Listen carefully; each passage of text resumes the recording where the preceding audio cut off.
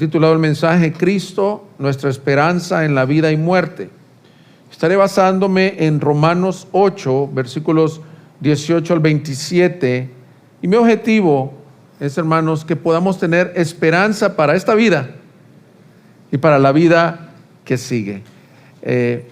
Nuestras más sentidas condolencias como iglesia, como Gracia Soberana. Aquí está Luis, para los que no lo conocen, es el hermano que está ahí atrás con el saco gris.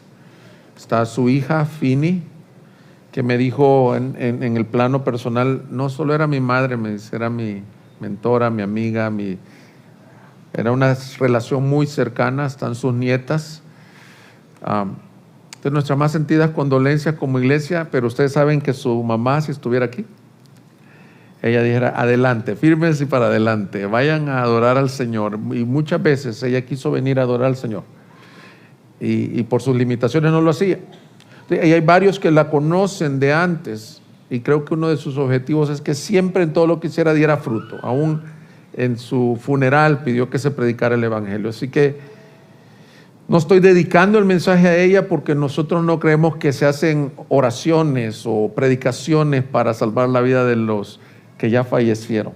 Ellos ya están gozando del Señor. Estoy queriendo traer consolación por las Escrituras, ánimo y esperanza a toda la iglesia, y visión, porque lo que vivió Fina, todos llegaremos a un día. Todos estamos como en una sala de abordar, nada más que no sabemos cuándo nos tocará ese llamado a nosotros. Yo le pido longevidad de días al Señor. Tengo niños chicos, tengo apenas 4 años como pastor en esta iglesia, pero le pido al Señor que me dé días. Pero Él sabe si me va a llamar este año, o dentro de 20 años, o dentro de 5 años. Lo importante es que esta palabra nos dé esperanza de lo que viene. Abran sus Biblias en Romanos 8, 18, y dice así la Escritura: pues considero que los sufrimientos de este tiempo presente no son dignos de ser comparados con la gloria que nos ha de ser revelada. Porque el anhelo profundo de la creación es aguardar ansiosamente la revelación de los hijos de Dios. Porque la creación fue sometida a vanidad, no de su propia voluntad, sino por causa de aquel que la sometió, en la esperanza de que la creación misma será también liberada de la esclavitud de la corrupción a la libertad de la gloria de los hijos de Dios. Pues sabemos que la creación entera gime y sufre hasta ahora dolores de parto, y no solo ella, sino que también nosotros mismos, que tenemos las primicias del Espíritu, aún nosotros mismos gemimos en nuestro interior, aguardando ansiosamente la adopción como hijos, la redención de nuestro cuerpo. Porque en esperanza hemos sido salvados. Pero la esperanza que se ve no es esperanza. Pues ¿por qué esperar lo que uno ve? Pero si esperamos lo que no vemos, con paciencia lo guardamos. De la misma manera, también el Espíritu nos ayuda en nuestra debilidad. No sabemos orar como debiéramos, pero el Espíritu mismo intercede por nosotros con gemidos indecibles. Y aquel que escudriña los corazones sabe cuál es el sentir del Espíritu, porque Él intercede por los santos conforme a la voluntad de Dios. Hermanos, una de las realidades del cristiano es que la vida no es color de rosa siempre. Hay sufrimientos. Solo tienes que vivir lo suficiente, dice un autor, y te vas a dar cuenta que hay que sufrir. Y muchas veces no nos gusta oír esto. Algunos nos ponemos en un modo de bloquear las dificultades de la vida, pero es una realidad, y yo creo que este pasaje nos va a ayudar a que entendamos que aunque la vida es dura, fijemos nuestros ojos en lo que viene más adelante. Porque Pablo le está escribiendo aquí con toda la intención de traer ánimo, consuelo, y particularmente una palabra que se repitió es esperanza a los creyentes sufrientes. Y la esperanza le está diciendo: fijen sus ojos en la vida eterna, fijen sus ojos en la gloria que ha de venir. Ese es el término que Pablo está usando. Este pasaje nos invita a pensar que fuimos diseñados para la eternidad y no solo para el presente. En otras ocasiones he dicho que absurdo sería que te acomodes en un hotel o en un Airbnb y tú digas, no me gusta el color blanco de las paredes, las voy a pintar de azul. Porque ese hotel no es tu hogar final, es un hogar temporal, por más que sea una renta prolongada.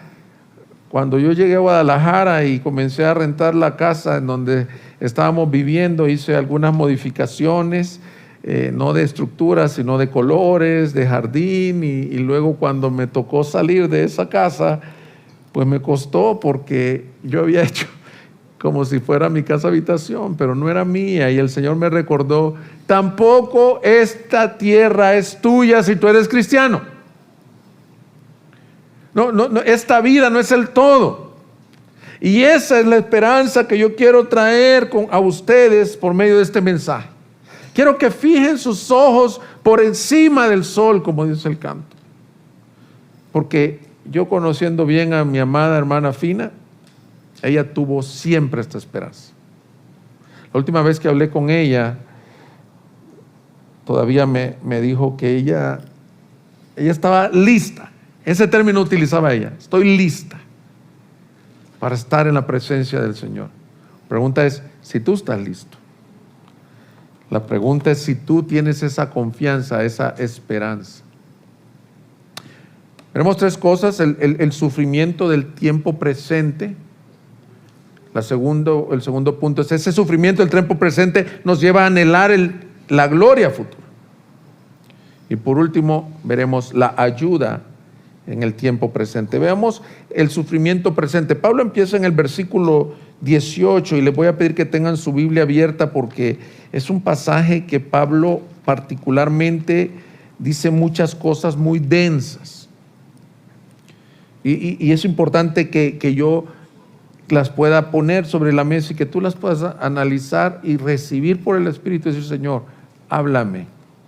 Lo primero que dice el versículo 18 dice: pues considero que los sufrimientos de este tiempo presente no son dignos de ser revelados con la gloria que nos ha no son dignos de ser comparados con la gloria que nos ha de ser revelada. Hay algo que Pablo da por sentado, lo que estoy diciendo. La vida tiene sufrimientos. La palabra, ¿a qué se refiere con el tiempo presente? Los sufrimientos del tiempo presente son los sufrimientos que tiene el cristiano en su vida hasta que Cristo lo llame, o hasta que muera, o hasta que Cristo regrese por su iglesia.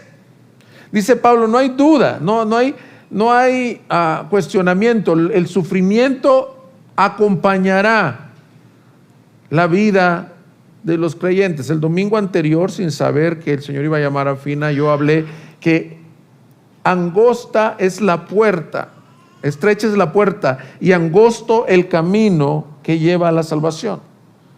Lo que yo decía, ¿por qué es angosto? Bueno, porque entran solo aquellos que han sido elegidos por Dios para salvación, para arrepentimiento. Es una invitación personal, pero también no dice que solo la puerta es angosta, que cuesta entrar al reino de los cielos porque es por elección, sino que dice que además de que es angosta la puerta, el camino es estrecho también, es angosto. La vida del creyente está llena de vicisitudes, de dificultades. Pablo dijo en Romanos 5, 3 capítulos atrás, leámoslo juntos, por favor, voltea tu Biblia a Romanos 5. Por tanto, habiendo sido justificados por la fe, tenemos paz para con Dios por medio de nuestro Señor Jesucristo, por medio de quien también hemos obtenido entrada por la fe a esta gracia en la cual estamos firmes y nos gloriamos en la esperanza de la gloria de Dios. Hasta ahí es uno de los versículos más gloriosos de la Biblia. Romanos 5, 1 y 2. Ha recibido paz para con Dios por medio de la justificación por la fe. Y dice que ha recibido un acceso o una entrada a la gloria venidera. Todo aquel que ha sido perdonado en esta tierra es el que va a entrar a la vida eterna. Todo aquel y solo aquel que ha puesto su fe en Jesús va a ser aceptado en la gloria. no es por obras. Y dice que Él se gloría en esa esperanza. Esta es mi gloria. Y acabamos de cantar: Jesucristo, tú eres mi gloria. Mi resurrección es mi gloria. Pero dice después, versículo 3, y no solo esto, o sea, no solo me glorío en que voy a resucitar, sino que también nos gloriamos en las tribulaciones. ¡Wow! Sabiendo que la tribulación produce paciencia, y la paciencia carácter probado, y el carácter probado esperanza. Y la esperanza no desilusiona, porque el amor de Dios ha sido derramado en nuestros corazones por medio del Espíritu Santo que nos fue dado. Dice, no solo me glorío en que un día voy a resucitar y voy a tener vida eterna, sino que me glorío en las tribulaciones. Pero ¿quién está tan loco para gloriarse en las aflicciones? ¿Acaso los cristianos están llamados a ser ascetistas o masoquistas y decir, ay, vengan tribulaciones y yo me voy a gloriar en ellas? No. Al menos yo no soy de esos, hermano. Yo en lo natural le huyo a las tribulaciones. Pero me he dado cuenta que son necesarias. Y Pablo nos dice, te puedes gloriar en las tribulaciones, porque las tribulaciones producen dos cosas: carácter probado. Pero el fin no es solo el carácter probado, sino que producen esta palabrita que ha estado sonando: esperanza. Y es la verdad. No es la misma persona antes de enfrentar una tribulación que la que sale de la tribulación. ¿No es cierto? ¿No es cierto que Dios prueba tu corazón, tu dependencia de Él cuando ya no hay recursos? Cuando tienes a una persona en una enfermedad terminal. Que por cierto, unos hermanos ayer me llamaron a cancelar la cena porque su madre va a ser intervenida mañana. Y yo decía, con la vida de nuestra querida Fina, cada operación que ella entró, cada cirugía que ella tuvo, no sabemos qué va a pasar después de una cirugía.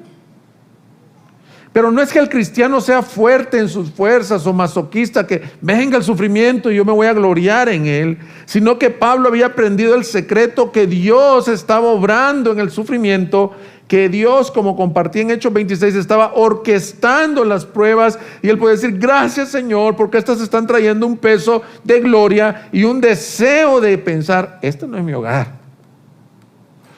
aquel es mi hogar. El propósito muchas veces de las pruebas es producir paciencia, la paciencia carácter probado, el carácter probado esperanza. El Señor nunca prometió que en esta vida no habría sufrimiento, hermanos. Juan 16:33 dice, estas cosas les he hablado para que en mí tengan paz. En el mundo tienen tribulación, pero confíen. Yo he vencido al mundo. Él no les dijo, miren, yo les prometo que vengan a mis pies y se acabaron los problemas. De hecho, una de las cosas, estaba un día de estos evangelizando a una señora que no viene a la iglesia y me dice, mire, yo comencé a ir a una iglesia, me dice. Y lo tremendo es que desde que comencé a ir, comenzaron las broncas más fuertes, me dice. Y por eso ya no fui. ¿Y sabes por qué? Porque hay un mal evangelio que se predica, se conoce como el evangelio de la prosperidad, en donde te dicen, ven a Cristo y entonces vas a ser bendecido, vas a tener todo lo que quieras, vas a verte bien, vas a tener riquezas, vas a tener cosas materiales. Y es una falsa enseñanza. Porque sabes que las personas que creen esta falsa enseñanza, tristemente, yo los he escuchado decir, cuando caen víctimas de una enfermedad, de una calamidad, de una pérdida irreparable, comienzan a decir, ¿por qué? Porque esta teología enseña que si tú no estás bendecido, tú deberías de estar mal con Dios. Entonces imagínate esta familia doliente, y no solo ellos, aquí tenemos a Rosita que hace 3 semanas también perdió a su padre, 1 mes. Si tú tienes esta mentalidad de que el bien es la bendición material, entonces cuando no haya ese bien, ¿qué vas a decir? Vas a levantar tu puño, vas a decir, Dios, ¿por qué me estás haciendo esto? No, mis hermanos, el Señor te dice, yo no te prometo que no van a haber tribulaciones. Puede que hayan tribulaciones para tu crecimiento, para formar carácter, para traer gloria a mi nombre. Las necesitas, pero lo que te prometo es, en mí tendrás paz. Yo estaré contigo, yo no te dejaré, yo no te desampararé. Yo seré tu Dios en medio de las angustias. Y si algo podemos testificar como iglesia, es que esta angustia que nos duele como miembros por quiénes son ellos, es una más en donde hemos visto que Dios nos está sosteniendo. Los no creyentes no tienen esperanza. Hay una diferencia, todos sufren, pero el creyente puede sufrir en medio de la tribulación con esperanza. Dice un canto cuyo título es Vivir es Cristo: trae gloria a tu nombre a través de mi aflicción. Y yo escucho que pocas personas oran eso. Muchos decimos, quítamela, Señor, rápido. Pero quiero enseñarles, iglesia, una de mis funciones como pastor es prepararlos a enfrentar las aflicciones del tiempo presente. Entre más sólida tu teología o conocimiento de Dios, y entre más sólido sea tu entendimiento de esto que estoy diciendo, que Dios es soberano, que Dios es bueno, que no te está castigando, que es la gracia de Dios en medio tuyo y que Él está contigo, traerás más gloria a su nombre en las tribulaciones. Yo tuve la oportunidad de estar en una iglesia en los Estados Unidos en donde un niño de 7 años contrajo leucemia. Toda la iglesia oraba por él, por sanidad. Un niño de la edad de mi hijo. Y el último día fueron a la cama de hospital del niño y ves a sus padres, a los hermanos de sus grupos pequeños, cantando cantos alrededor de la cama. En lo natural es de los videos más tristes que yo he visto. Lo pasaron en domingo el video de la despedida de ese niño. En lo natural te quebranta, piensas, mi hijo podría ser este niño. Y el niño estaba cantando al Señor, bendito sea tu nombre, Señor, y deja de palpitar hasta el último latido. Yo me estaba hospedando en la casa de uno de los pastores de esa iglesia y le digo, hermano, ¿cómo han logrado hacer eso en esta iglesia? ¿Sabe lo que me dijo? La palabra predicada cada domingo nos ha solidificado sobre la roca. Las emociones son como la arena que vimos la semana pasada, que viene la tempestad y se va a caer tu casa. Pero si tú estás sólido en la roca, familia Bermea Menchaca, si ustedes están sólidos en la roca, esta tempestad es dura, durísima. Nadie te puede decir, te entiendo. No, si no lo has vivido, no los entiendes. Eso me lo decía mi esposa cuando el Señor llamó a mi suegro hace 4 años ya también. Teníamos 5 días aquí en Guadalajara que nos habíamos mudado, cuando me llama mi suegra, vénganse de inmediato, que no creo que Oscar pase la noche. Y habían días en donde mi esposa, pasado 1 año, se levantaba llorando, nada más recordando a su papá. Aquí también me compartió ayer Anne, no está por aquí, esposa de Roberto, que vivió la misma experiencia con su padre. Entonces, es normal, pero ¿cuál es nuestra esperanza? ¿Cuál es nuestra esperanza en la vida y en la muerte? Que hemos sido justificados por Cristo, perdonados por Cristo, y que esas tribulaciones no están siendo un castigo de Dios. Qué tremendo vivir con esa condenación. Me está castigando. A lo mejor nada más está apresurando la llamada de su sierva, de su siervo. Por eso es que cuando vas a un funeral de un creyente, hay gozo. Hay cantos en medio de la tribulación. Porque podemos entender que Jehová dio y Jehová quitó. Bendito sea el nombre de Dios. En un día pueden cambiar las circunstancias de una persona. A Job en un día, sin él saber, Satanás había subido con los hijos de Dios a decirle al Señor: permíteme que lo toque. Job no sabía. Job estaba tranquilo y vienen las noticias: 10 de tus hijos han muerto, todos tus hijos. Todas tus riquezas se han acabado en un día. Hermanos, dice que Job se postró y dijo: bendito sea el nombre del Señor. El Señor dio y el Señor quitó. ¿Cómo un hombre puede decir eso? Solo cuando tiene esperanza en un Dios vivo. En los funerales de alguien que no conoce al Señor, hay gritos, hay desesperación.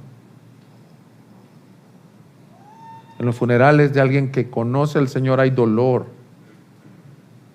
mucho dolor. Hay lágrimas, pero hay esperanza. Hay fe. Y decimos: pronto, pronto Cristo combinará su obra en mi vida, al igual que en mi hermano, en mi madre, en mi padre que está llamando. Luego Pablo nos lleva a demostrarnos que hay un sufrimiento presente. Siempre en el versículo 18 dice que el tiempo presente no es digno de ser comparado con la gloria que nos ha de ser revelada. Nos comienza a mostrar que vamos para otro lado, para una gloria que un día va a ser revelada. Y luego nos empieza a hablar que la misma creación y el mismo cristiano está clamando por esa gloria. Dice el versículo 19: porque el anhelo profundo de la creación es aguardar ansiosamente la revelación de los hijos de Dios, porque la creación fue sometida a vanidad, no de su propia voluntad, sino por causa de aquel que la sometió, en la esperanza. ¿Cuál esperanza? De que la creación misma será también liberada de la esclavitud de la corrupción a la libertad de la gloria de los hijos de Dios. Hermanos, dice el versículo 22: pues sabemos que la creación entera gime y sufre hasta ahora dolores de parto, y no solo ella, sino también nosotros mismos, que tenemos las primicias del Espíritu. Aún nosotros mismos gemimos en nuestro interior, aguardando ansiosamente la adopción como hijos, la redención de nuestro cuerpo. ¿Qué está diciendo Pablo?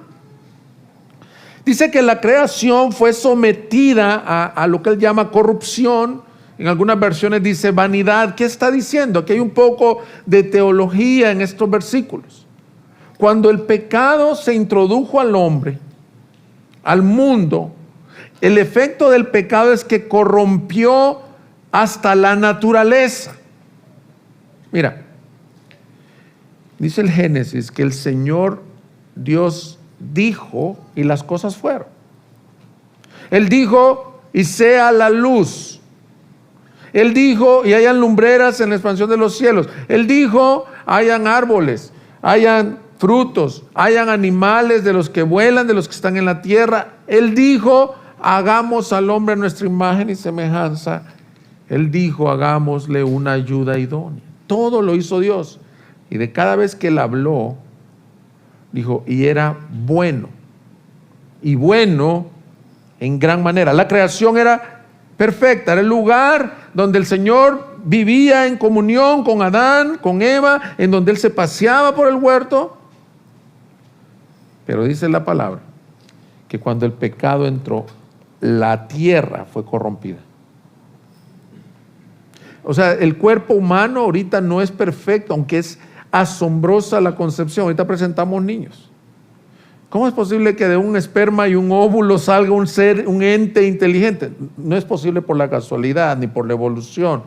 Es posible solamente por el poder de que quien dijo que haya un niño en ese vientre.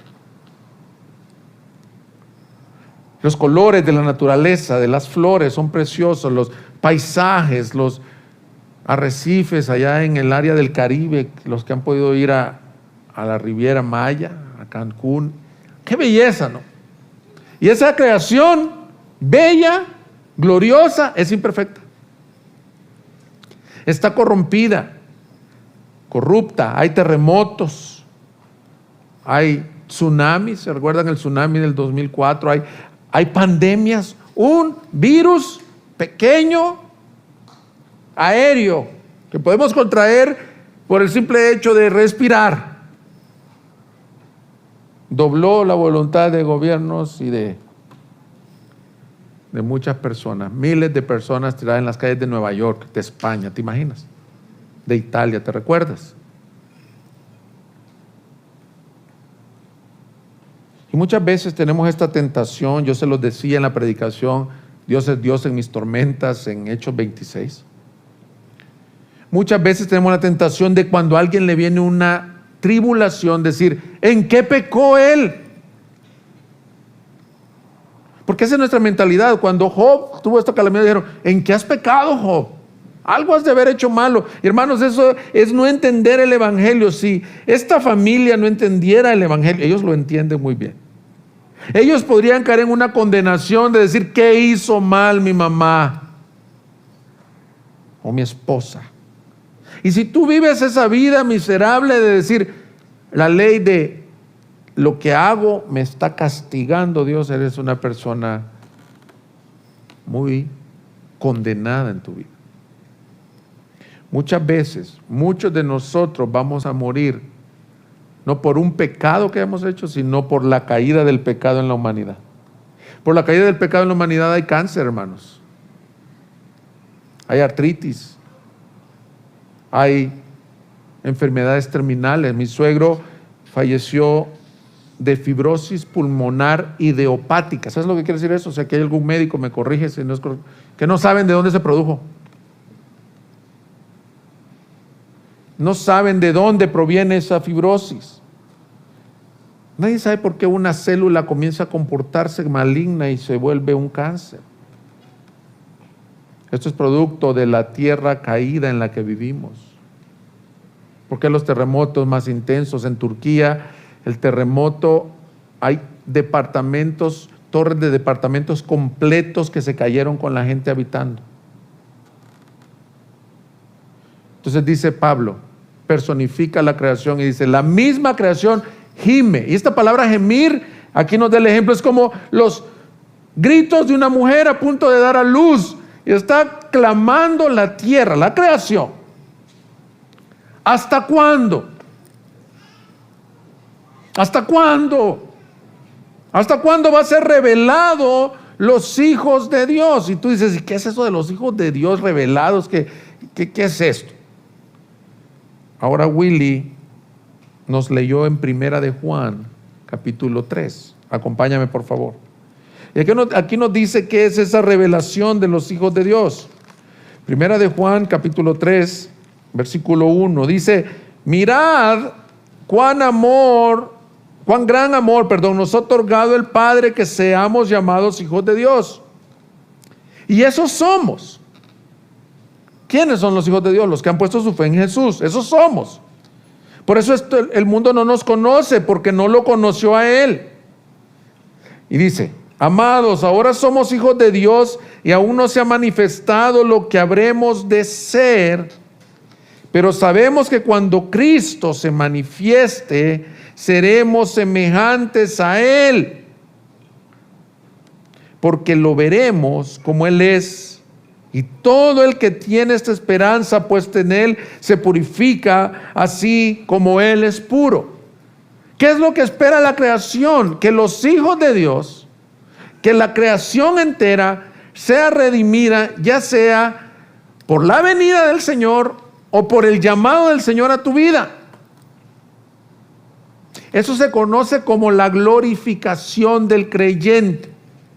Verás, la salvación, regresa a Romanos 8, Romanos 8 donde estamos, nos quedamos leyendo hasta el 27, pero mira el 29, dice, porque a los que antemano conoció, también los predestinó a ser hechos conforme a la imagen de su Hijo, para que él sea el primogénito entre muchos hermanos. A los que predestinó, a estos también llamó. A los que llamó, a estos también justificó. A los que justificó, a estos también glorificó. La salvación, mis hermanos, es en esperanza, como está diciendo Pablo, porque dice, a este hombre lo predestinó para salvación.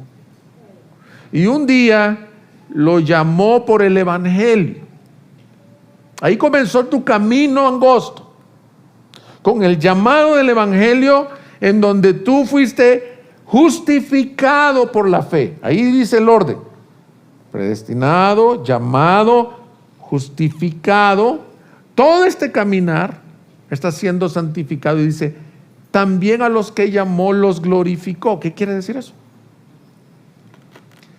Que un día, finalmente, tú y yo seremos libres de este cuerpo de pecado.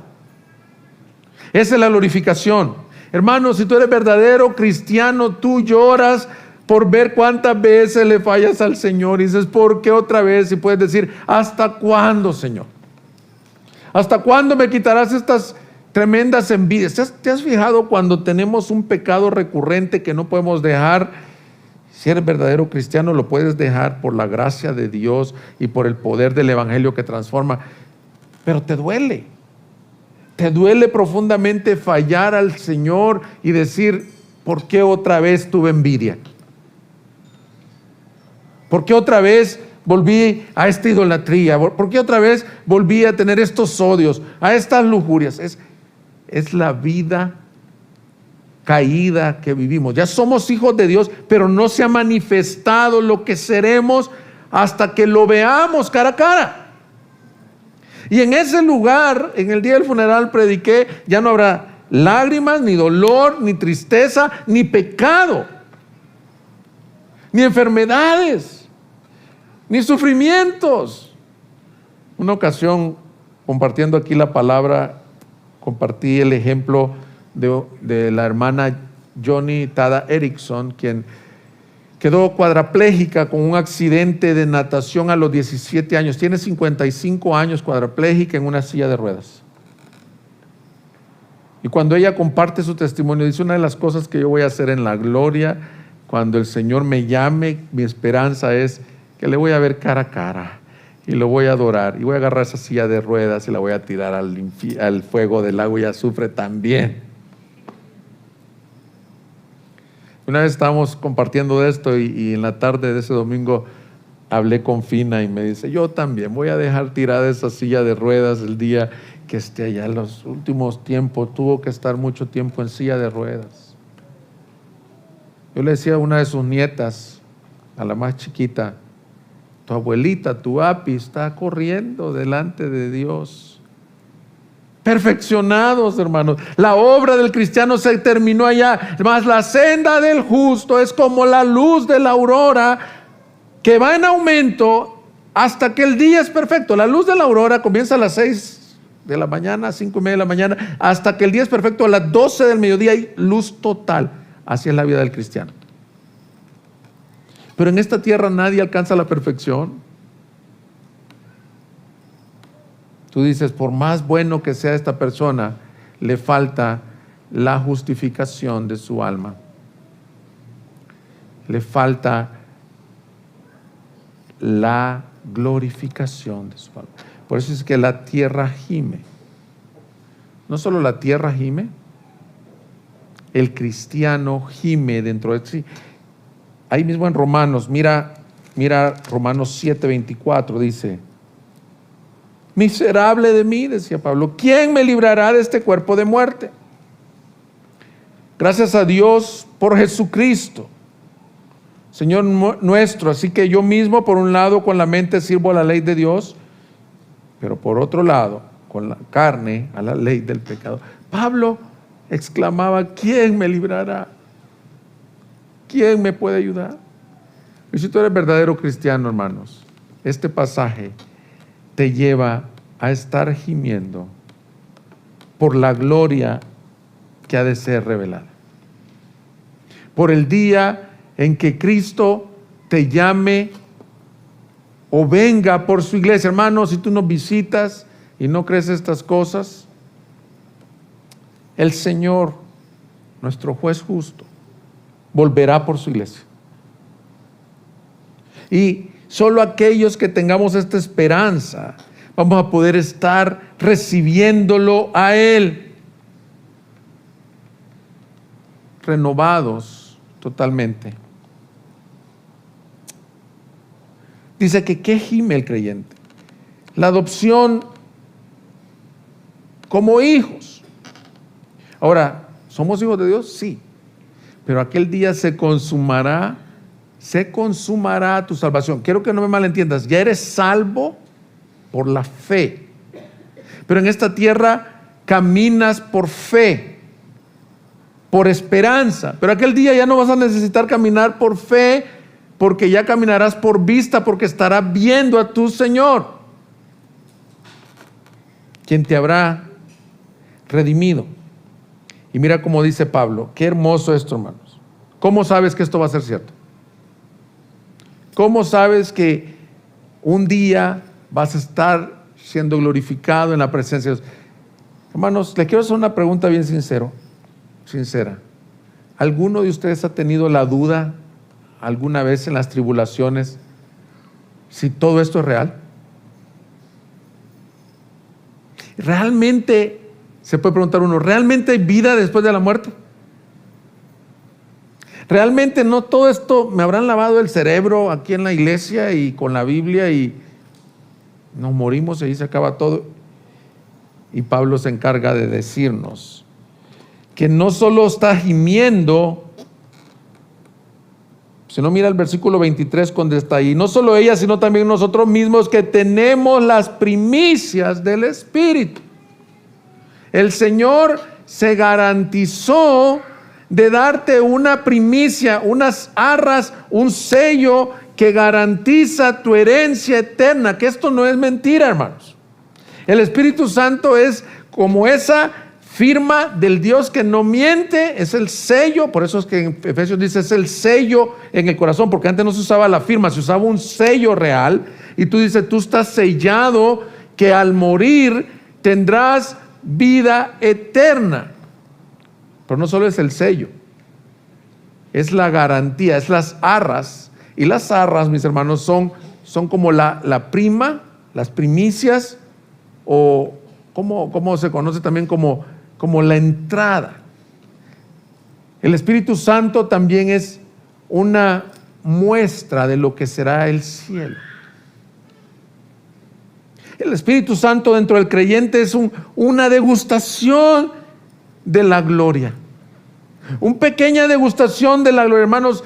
Solo el que ha sufrido y ha sido consolado por el Espíritu Santo puede entender lo que estoy diciendo. El Espíritu Santo te deja palpar, sentir, gustar y ver, como dice el Salmo 34, cuán bueno es el Señor, dichoso el hombre que confía en Él. Te ayuda a ver la gloria del cielo, para la gloria que vamos.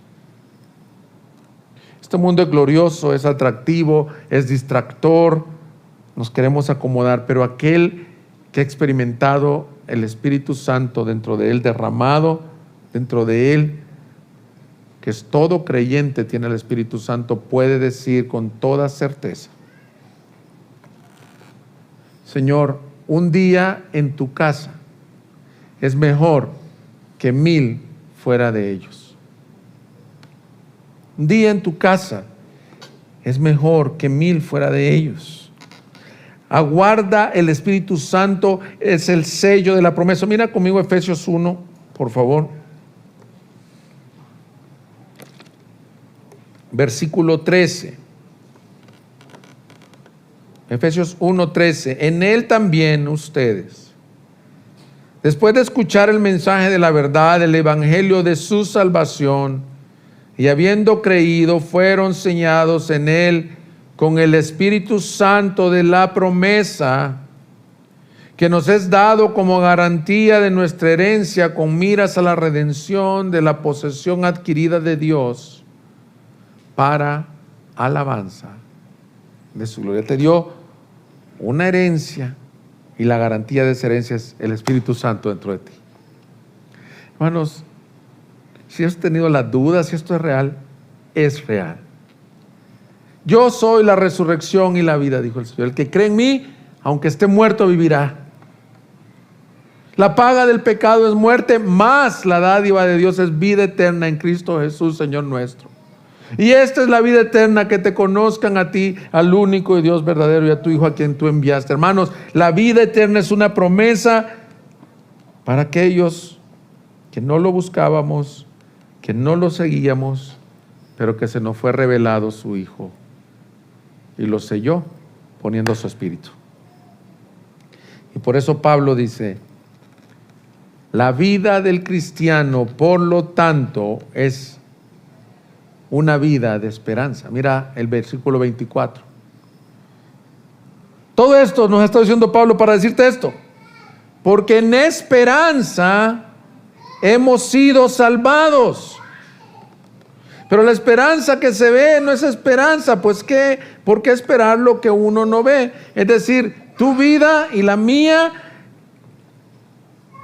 deben de estar caracterizadas por una esperanza gloriosa de que Cristo te salvará totalmente, te dará un cuerpo glorificado, resucitarás con Él y vivirás con Él para siempre en su gloria. Probablemente tú pienses que tu tribulación es una tribulación muy grande, muy fuerte, pero el Señor te dice: ten esperanza. El que te salvó te glorificará. El que te llamó te dará una nueva vida en Cristo Jesús. Y esa garantía, es mi último punto, mis hermanos, es nuestra ayuda en el tiempo presente. No solo te dice: ten esperanza y vive como quieras, tú hazle como puedas para llegar a la gloria, no, sino que dice el versículo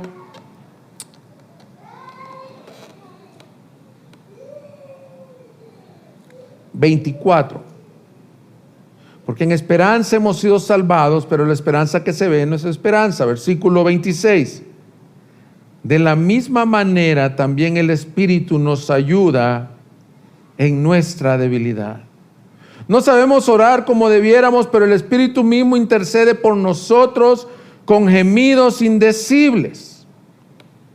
Y aquel que escudriña los corazones sabe cuál es el sentir del Espíritu, porque Él intercede por los santos conforme a la voluntad de Dios. Lo que está diciendo Pablo es que aquel que te llamó, te dejó dentro de ti esas arras que es el Espíritu Santo, que es la garantía que vas a llegar, pero no solo es la garantía, es tu ayuda en el día a día. ¿Y cómo te ayuda? Con el ministerio de intercesión. Dice: no sabemos cómo pedir. No sabemos cómo pedir. Yo creo aquí está Fini y Luis, si no me dejan mentir. Había momentos que ya no sabías qué pedir. Sánala, regrésala a servir. Eso oramos la última vez. Pero el Espíritu Santo sabe lo que nosotros necesitamos.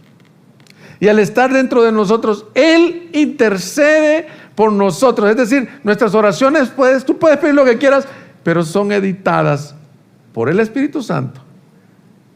Si eres hijo de Dios, por el Espíritu Santo, y el Espíritu Santo hace que en ti, mi hermano, el Padre, que conoce los corazones, Él conoce tu corazón y dice: esta persona me está pidiendo sanidad, pero yo lo que quiero es formar en él fe. Entonces Él me está pidiendo: Señor, sáname, Señor, quítame, Señor, hazme. La soltera está pidiendo: Señor, dame un marido. A lo mejor el Señor le está diciendo: yo quiero formar en ti espera o paciencia. Y el Espíritu Santo dice: interceder. Hermanos, quiero que entiendas el término intercesión. Interceder es más que decir. ¿Se han fijado que uno, cuando tiene una tribulación, busca al hermano más espiritual de la iglesia y le dice: hermano, te pido que ores por mí? Busca al pastor: ora por mí. A la hermana más piadosa: ora por mí. Y a veces yo les digo: sí, voy a orar por ti. Y a veces no soy tan íntegro porque no oro todos los días por esa persona. Pero el Espíritu Santo dentro de ti, la palabra interceder es estar delante del Padre diciendo: Señor, mira las debilidades de este tu hijo. Mira las flaquezas de este tu hijo. Mira que está a punto de perder la fe. Mira que está a punto, no sabe cómo salir de este pecado. Te intercedo con gemidos indecibles. Transfórmalo, sálvalo, sosténlo, ayúdalo, apoya. Esa es la labor del otro consolador.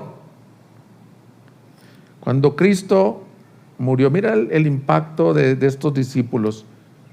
3 años y medio con Él, viendo sus milagros, viendo sus gracias. Y un día lo ven colgado del madero, perdiendo su vida. ¡Qué esperanza!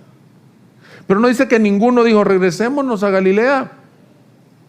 No, todos que se quedaron en Jerusalén, porque Él les había dicho: quédense en Jerusalén hasta que venga la promesa. Y esta es la promesa: no los dejaré huérfanos. Les dejaré el otro consolador, el Espíritu Santo de Dios. E iglesia, esa misma promesa es promesa para ustedes. No están solos. Muchos pueden decir, cuando muere alguien tan importante como una madre, como un pastor, como la esposa de un pastor, como fue este caso, decir: ¿y qué vamos a hacer? Hermanos, yo soy totalmente reemplazable en este lugar.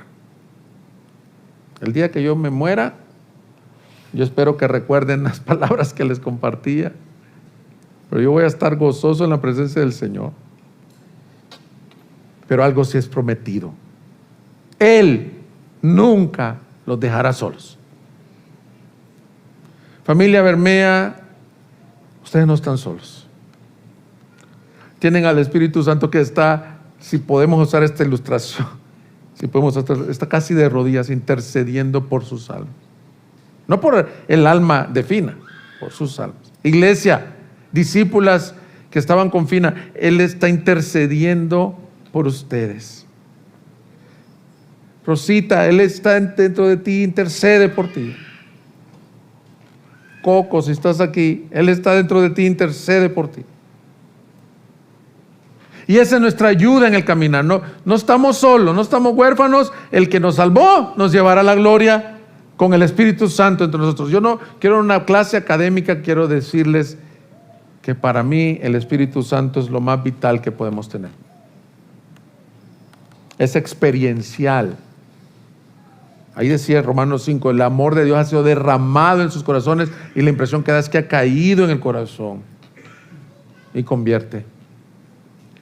Por lo tanto, mis hermanos, conclusión de este mensaje. Mi propósito con este mensaje es animar a la iglesia a saber que Dios está obrando para su gloria. Fijar nuestra mirada no en las circunstancias, sino en lo eterno, en Cristo.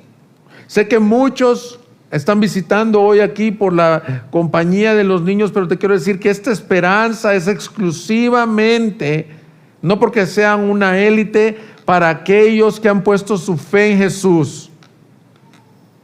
La esperanza de la resurrección, de la gloria venidera, es para aquel que se ha arrepentido de sus pecados y ha puesto su fe en Jesús. No somos mejores que nadie. El que te habla no es mejor que tú, si tú eres un invitado. La única diferencia es que un día yo supe por la gracia de Dios que necesitaba un Salvador. El Espíritu Santo me llamó a salvación y corrí a los pies de ese Salvador, y Él me dio nueva vida. Pero tú necesitas poner esa esperanza en Jesús. Iglesia, aunque tú estés triste por esta circunstancia o por otros problemas que tengas, tú tienes esperanza. Tú gimes dentro de ti: Señor, ¿hasta cuándo? Bueno, el Señor tiene ese día hasta cuándo. Pero será glorioso cuando todo en esta tierra pase. Por eso es que después del versículo 27 termina con una de las adoraciones más gloriosas. Romanos 8:28 dice: y sabemos que para los que aman a Dios, todas las cosas cooperan para bien. Esto es, para los que son llamados conforme a su propósito, porque a los que de antemano conoció, también los predestinó a ser hechos conforme a la imagen de su Hijo, para que Él sea el primogénito entre muchos hermanos. A los que predestinó, a estos también llamó, a los que llamó, a esos también justificó, a los que justificó, a esos también glorificó. Entonces, ¿qué diremos a esto? Si Dios está por nosotros, ¿quién estará contra nosotros? El que no negó ni a su propio Hijo, sino que lo entregó por todos nosotros, ¿cómo no nos dará junto con Él todas las cosas? ¿Quién acusará a los escogidos de Dios? Dios es el que justifica. ¿Quién es el que condena? Cristo Jesús es el que murió, sí, más aún el que resucitó. El que además está a la diestra de Dios, el que también, junto con el Espíritu Santo, intercede por nosotros. ¿Quién nos separará del amor de Cristo? ¿Tribulación o angustia o persecución o hambre o desnudez o peligro o espada? Tal como está escrito, por causa tuya somos puestos a muerte todo el día, somos considerados como oveja para el matadero. Pero en todas estas cosas, ¿en qué cosas? En el hambre, en la desnudez, en el porvenir, somos más que vencedores por medio de aquel que nos amó.